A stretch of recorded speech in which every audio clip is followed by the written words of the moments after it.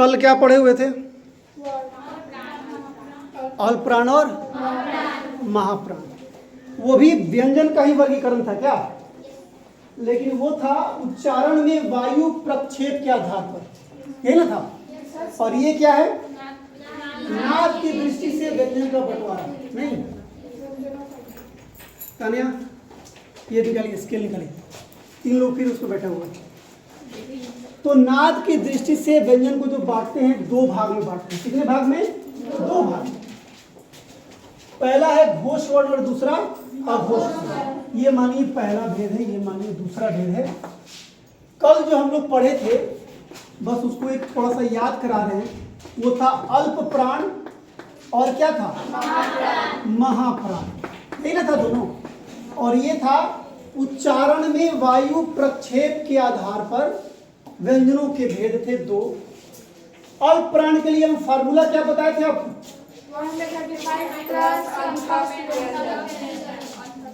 135 और प्लस अंथस्थ। ये इसलिए याद करा रहे हैं दोबारा कि घोष अघोष और अल्प प्राण महाप्राण कहीं मिक्स नहीं हो जाए, ठीक है। और महाप्राण का क्या फार्मूला बताए थे? 24 प्लस ऊष्म व्यंजन, ठीक है। थोड़ा आपको रिपीट करा रहे हैं कि ये 135-24 का मतलब था स्पर्श व्यंजन के जो अलग अलग वर्ग होते हैं, 5 वर्ग होते हैं। कितने वर्ग होते हैं? 5। क वर्ग, फिर च वर्ग, ट वर्ग, त वर्ग और प वर्ग। हर एक वर्ग में कितने वर्ण होते हैं? 5। तो इस तरह से स्पर्श व्यंजन कितने हुए? 25। 4 लोग बोल रहे हैं, क्लास फुल है तो अभी भी 4 लोग बोल रहे हैं। स्पर्श व्यंजन कितने हुए? 25। अंथस्थ व्यंजन कितने होते हैं? 4। कौन कौन? य, र, ल और व। ऊष्म व्यंजन कितने होते हैं? 4। कौन कौन? अच्छा, कल भी बोले थे तालाबे सा नहीं बोलना है, तालव्य स। क्या बोलेंगे? यहाँ बुलवाएंगे, अभी बुलवाएंगे, पूछेंगे कैमरा के सामने ही। लोग आप लोग बेइज्जत होइएगा, नहीं बोलेंगे। तालव्य स, मूर्धन्य स, दंत स, ठीक है, इसमें दिक्कत नहीं है। हिंदी के कुल वर्ण कितने हैं? 52। कितने हैं? 52। और मूल वर्ण कितने हैं? 44। स्वर वर्णों की संख्या कितनी है? 11। और व्यंजन वर्ण कितने हैं? 23। कोई दिक्कत? स्वर वर्ण और व्यंजन वर्ण पहचान लीजिएगा। Yes sir. अंग और अ को क्या बोलते हैं? क्या बोलते हैं? अयोगवाह। नहीं, तो जब हम लोग स्वर वर्ण लिखने चलते हैं तो अ से शुरू करते हैं और कहां तक जाते हैं? अ तक जाते हैं ना। कहां तक जाते हैं? अब आते हैं कि नाद की दृष्टि से व्यंजन के 2 भेद हैं, घोष वर्ण और अघोष वर्ण, ठीक है। जिन व्यंजनों के उच्चारण में स्वर तंत्रियां झंकृत होती हैं, झंकार जिनमें होता है स्वर तंत्र में, उनको हम बोलते हैं घोष वर्ण, ठीक है। और जिन व्यंजनों के उच्चारण में स्वर तंत्रियां झंकृत नहीं होती हैं उनको बोलते हैं अघोष वर्ण, ठीक है। घोष वर्ण के लिए हम फार्मूला लिखे हैं 345 प्लस ह युक्त अंथस्थ व्यंजन। ह युक्त, ह के साथ। भाई अंथस्थ व्यंजन तो कौन कौन होता है? य, र, ल। जब पूछूं तो बोलिए भी, बाकी लोग जो है नहीं बोल पा रहे। अंथस्थ व्यंजन कौन कौन होता है? य, र, ल और व। उसमें ह मिला देना है। तो 4 तो हो गया अंथस्थ व्यंजन, य, र, ल, व, और एक ह हो गया तो 5 हो गया। और फिर क्या कर रहा है? 345, मतलब हर एक वर्ग का तीसरा, चौथा और 5वां वर्ण या अक्षर। मतलब अगर ये क वर्ग है, क वर्ग, तो इसका तीसरा वर्ण कौन होगा? ग। चौथा कौन होगा? 5वां कौन होगा? तो 3 ये हो गया। ऐसे ही च वर्ग का कौन होगा? ज, झ और ढ। ऐसे ही ट वर्ग का कौन होगा? ड, ढ, न। उसके बाद त वर्ग का कौन होगा? द, ध, न। आज क ख को पढ़ लीजिए। क ख को पढ़ने का मौका जीवन में कभी नहीं मिलेगा क्योंकि वो समय खत्म हो गया है कि नहीं? उसके बाद आ जाइए प वर्ग में कौन कौन होगा? भ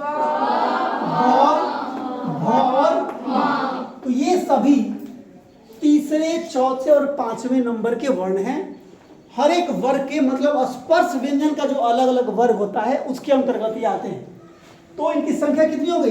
3, 6, 9, 12, 15। 15 तो ये हो गए 15। और उधर कितना जुड़े थे? 5 जुड़े थे ना। 4 अंतस्थ और 1 ह, तो कितने हो गए टोटल? 20। इसमें अभी हम स्वर को नहीं जोड़ रहे हैं, स्वर को जोड़ेंगे नहीं, ये 20 हो।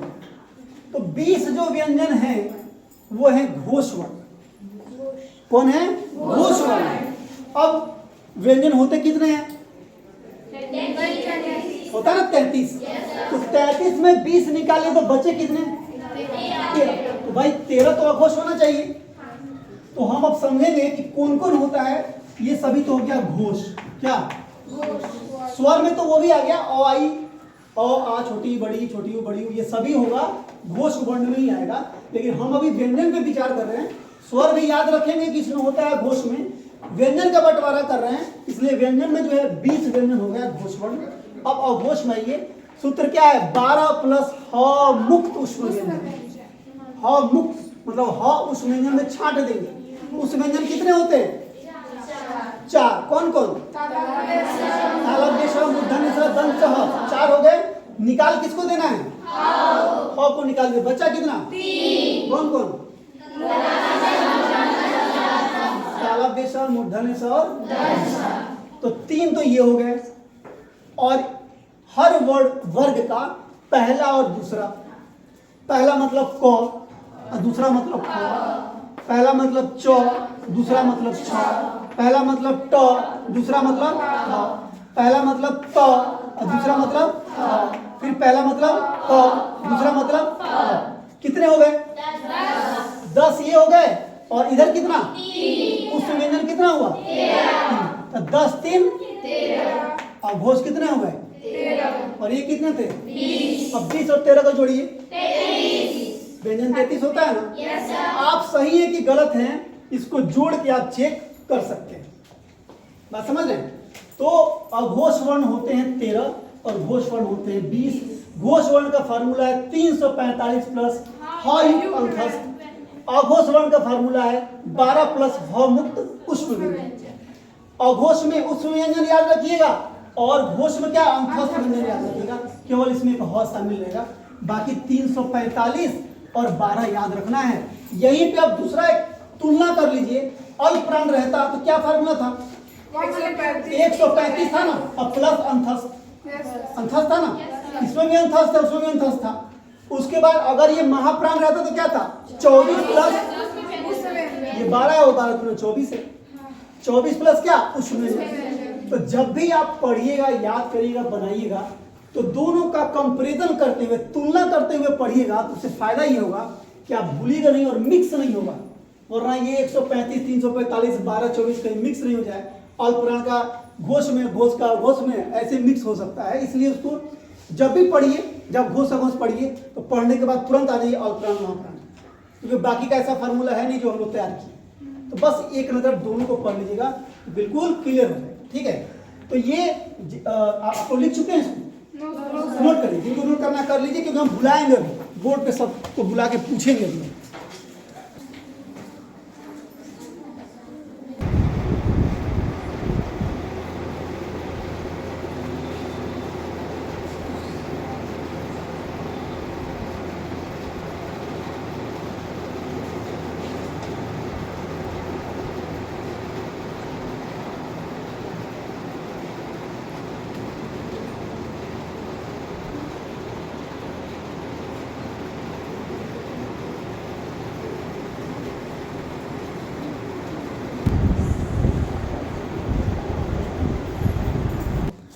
आप ही लिखिए, घोष वर्ण के लिए क्या सूत्र यूज करते हैं हम?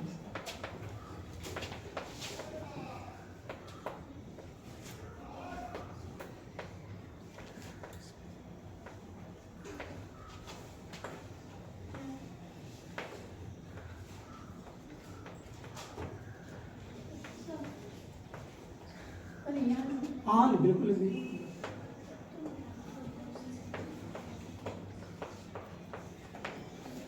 बाकी बच्चे देख के इसको कंप्लीट करिए, आपकी बारी आएगी। घोष वर्ण के लिए सूत्र क्या है? 345 प्लस ह युक्त अंतस्थ व्यंजन और सभी स्वर इसमें आते हैं। ठीक है, वैसे केवल व्यंजन की बात करें तो 15 ये हो गया और 15 ये हुआ, और इसमें कितना? 15 4 19 और 1 20। घोष वर्ण कितने हो गए? 20। इसमें कोई दिक्कत नहीं है। चलिए आप सही है। और घोष वर्ण के लिए क्या सूत्र है? और घोष वर्ण सब लोग ध्यान देते रहिए ताकि आप आए तो जो है बता पाए आसानी से।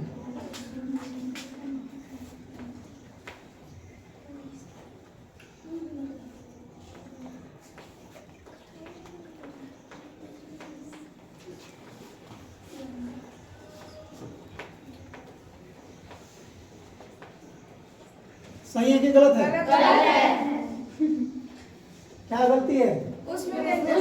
और घोष वर्ण के लिए सूत्र है 12 प्लस हम सुधारिए। चौक लिखिए, डस्टर चौक कर है, डस्टर से मिटाइए।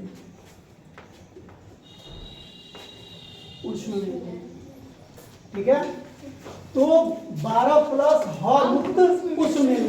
चलिए आइए इकरा, घोष वर्णों की संख्या कितनी है? सही है? घोष वर्ण कितने हैं? 20। अच्छा, अघोष वर्ण कितने हैं? अच्छा, कोई घोष वर्ण लिख देगा तो अघोष आसानी से लिख देगा। नहीं, इसमें हम लोग स्वर की गिनती नहीं कर रहे हैं अभी, वरना उसको गिनेंगे तो 11 और जोड़ना पड़ेगा। नहीं, उसके बाद चलिए ऑल प्राण के लिए आइए। तो आप सिमरन, ऑल प्राण के लिए क्या सूत्र है? ठीक है, आप लोग बैठ जाइए, बैठ जाइए।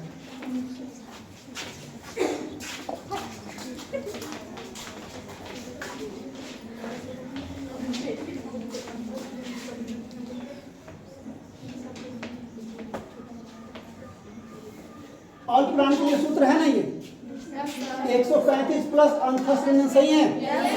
तो इस तरह से ऑल प्राण कितने हो गए? ऑल प्राण की संख्या कितनी हुई? 19 हुआ ना?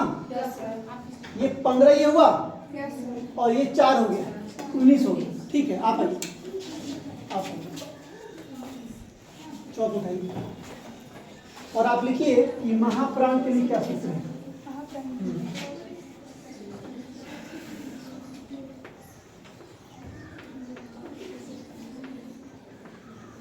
सही है जी? Yes sir. महाप्राण के लिए सूत्र क्या है? 24 प्लस उष्ण व्यंजन। उष्ण व्यंजन कौन कौन होता है?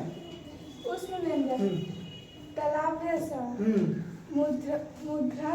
मूर्धन्य स, दंत स और सही है? Yes sir. पहले यही सब। इसके बाद जो है आप बड़े दिन बाद दिखाई दी बगल की है तब स्कूल में आता। आप बताइए कि स्वर कितने हैं? स्वरों की संख्या कितनी है? 10 20 50 100 200 111 12 15 कितना है स्वर?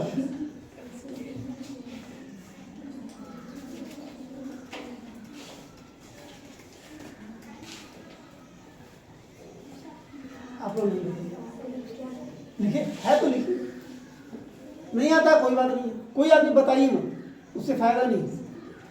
स्वर की संख्या कितनी है? 11। व्यंजन कितने हैं? अगर पूछे कोई व्यंजन की संख्या कितनी, क्या बताइए?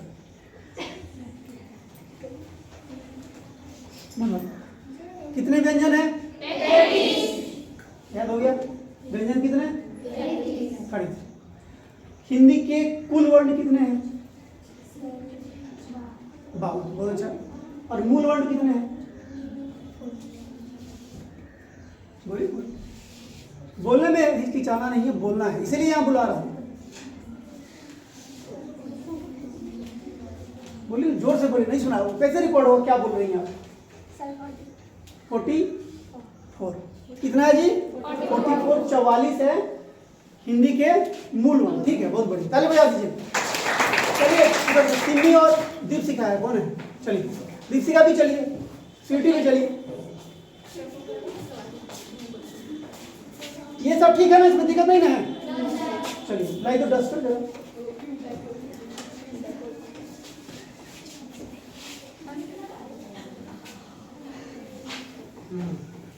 हो गया।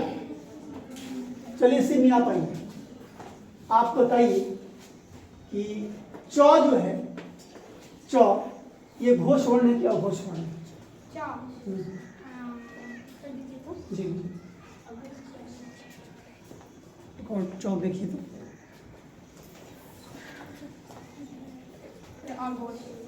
चौ क्या है, घोष की अघोष? ठीक है, सही बताइए। अच्छा, पौ बोलिए क्या है? पौ क्या है जी? क्या फार्मूला यूज किया घोष के लिए? 12 वाला फार्मूला यूज किए। तो पहला और दूसरा हो गया अघोष। अघोष के लिए क्या, घोष के लिए क्या यूज करते फार्मूला? 345 नहीं। गौ क्या है, चलिए बताइए, गौ क्या है? घोष की अघोष। अघोष स्वर है कि व्यंजन है? अघोष स्पर्श व्यंजन है कि उस व्यंजन है? ठीक है, बैठे पहले बजा दीजिए। चलिए आप आइए, आइए स्वीटी आइए, स्वीटी आइए। स्वीटी आप बताइए कि अल्प प्राण के लिए क्या सूत्र यूज करते हैं? 135 लिखिए, अल्प प्राण के लिए जो फार्मूला यूज करते हैं लिखिए।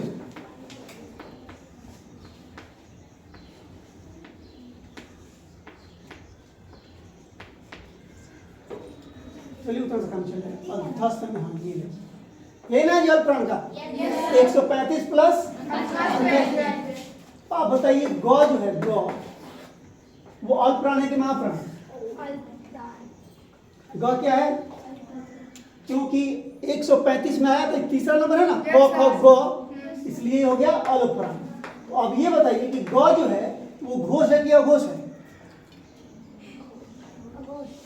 अघोष के लिए क्या फार्मूला यूज करते हैं? 12।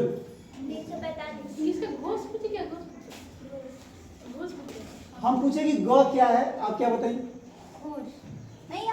अघोष बताइए। तो अघोष के लिए फार्मूला कौन सा है?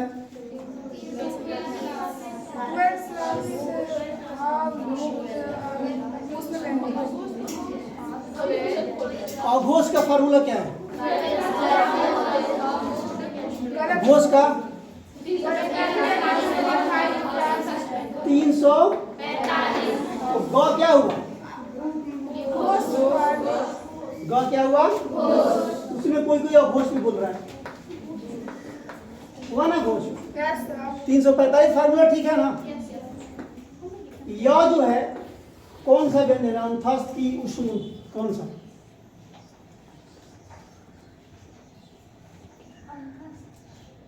दर्द क्यों बोल रहे? अंतस्थ व्यंजन कितने होते हैं? कौन कौन? जाहिर सी बात है 4 होते हैं, यर ल। ये कौन सा व्यंजन है? अंतस्थ व्यंजन कितने होते हैं? 4। उष्ण व्यंजन कितने होते हैं? कौन कौन? फिर तालव्य सा करिए, तालव्य बोलो पहले, शांत रहिए, आपको शांत। तालव्य, तालव्य श, फिर से तालव्य बोलो, गलत बोल रही है। तालाबी क्या होता है भाई? तालाबी क्या है? तालव्य, हाँ, मूर्धन्य श। देखो श और स में फर्क समझो आप। स जब बोलते हो तो वो क्या है? स से कोई शब्द बोलो, साप, साप। और जो श बोल रहे हो तो शहर, जोर देना पड़ रहा है ना थोड़ा। तो तालव्य श है, मूर्धन्य श है, तब दंत स है नहीं? ठीक है, तो उस व्यंजन कितने हो गए? 4। घोष वर्ण कितने हैं टोटल? 20। घोष वर्ण कितने हैं जी? 20। और अघोष वर्ण 13। ठीक है, बैठिए, बहुत अच्छा, ताली बजा दीजिए। आप हमको बस इतना बताइए, यहाँ सामने कि लिखिएगा घोष वर्ण का फार्मूला क्या है, क्या सूत्र यूज करेंगे? घोष वर्ण का 345 135 प्लस हा युक्त हाँ हाँ युक्त अंतस्थ व्यंजन। अंतस्थ व्यंजन। ठीक है जी, अयुक्त अंतस्थ व्यंजन। तो इस तरह से घोष वर्ण कितने हो गए? घोष वर्ण हो गए 20। ठीक है, बहुत अच्छा। और घोष के लिए क्या फार्मूला यूज करिएगा? 12 प्लस हा मुक्त नहीं हा मुक्त, हाँ मुक्त और उसमें व्यंजन। उस व्यंजन जब लेंगे उसमें ह को हटा देंगे नहीं, तो ये कितना हो गया? संख्या कितनी हो गई अघोष की? 13। ये जब निकल जाएगा तो ये तो आसानी है, 33 में से 20 घटा देंगे, 13 ही 13 आएगा। ठीक है, हमको बताइए ग जो है घोष वर्ण है क्या अघोष वर्ण है? ग क्या है जी? कोई दिक्कत? ठीक है, चलिए बहुत अच्छा, पहले बजा दीजिए। आप निकलिए, आप निकलिए बाहर, आप भी निकलिए, नहीं हो चलिए आप भी निकलिए, आइए आइए और कौन है? चलिए ना जी आइए, आप आइए आइए।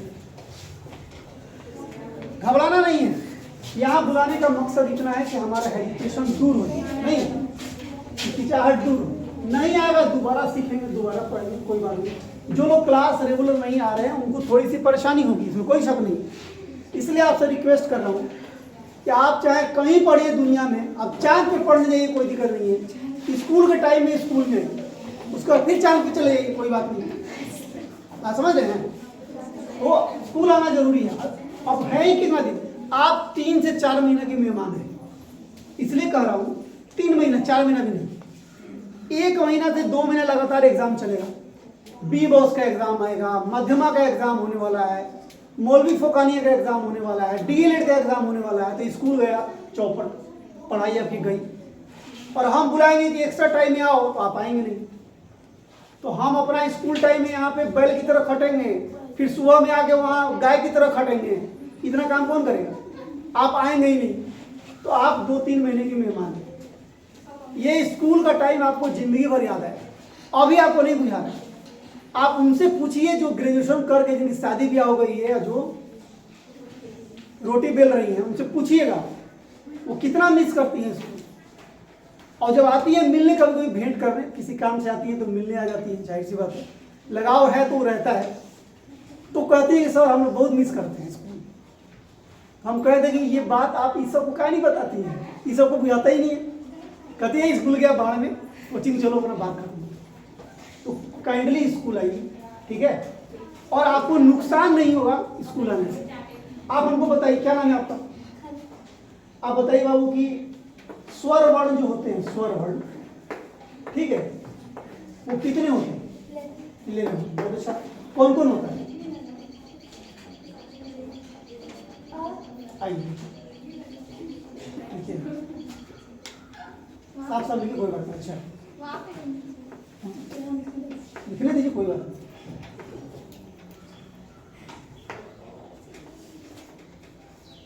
आप लोग आगे आइए, वहाँ आइए, चलिए आगे, और आगे चलिए, अभी चलिए। ध्यान दीजिए जो लिख रही है बच्चे, उस पर ध्यान दीजिए। सही गलत से कोई मतलब नहीं, गलती होगी तो फिर सही कर लेंगे।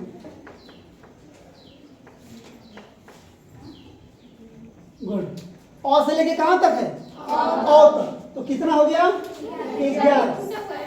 क्या छूट गया? 3 छूट गया, ठीक है। अब हो गया 11। 2 जो छूट गया वो अयोगवार में चला गया, अंग और अ, तो बार बार मैं कहता हूँ। तो इस तरह से 11 हो गए स्वर, ठीक है। अब हमको बताइए कि स्वर वर्ण के कितने भेद होते हैं, पता है? कितने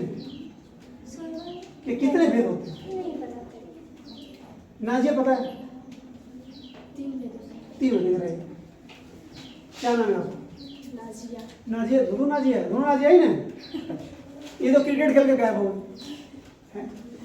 तो स्वर वर्ण के कितने भेद होते हैं? 3। पहला कौन होता है ना? पहला ह्रस्व स्वर, दूसरा, तीसरा, कल इसके बारे में मैं जिक्र भी किया था। चलिए इतना तो हो गया। अब हमको बताइए नाजिया, अंतस्थ व्यंजन कौन कौन होता है? अंतस्थ व्यंजन य, य, य, अ, ल, व। चलिए नाजिया स्क्वायर आप आइए, आप बताइए हमको पुष्प व्यंजन कौन कौन होता है, कितना होता है? 4। कौन कौन?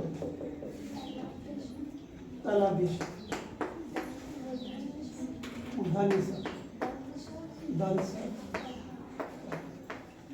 घर का सारा मिठाई अगले खा के ये क्या धीरे धीरे बोल रही है, डर लग रहा है। तलबिश, मूर्धन्य सा, दंश और ह कितने हो गए? 4। ठीक है, कोई दिक्कत नहीं इसमें। हमको बताइए कि वायु उच्चारण में वायु प्रक्षेप की दृष्टि से, उच्चारण में वायु प्रक्षेप की दृष्टि से व्यंजन के कितने भेद होते हैं? आप बताइए।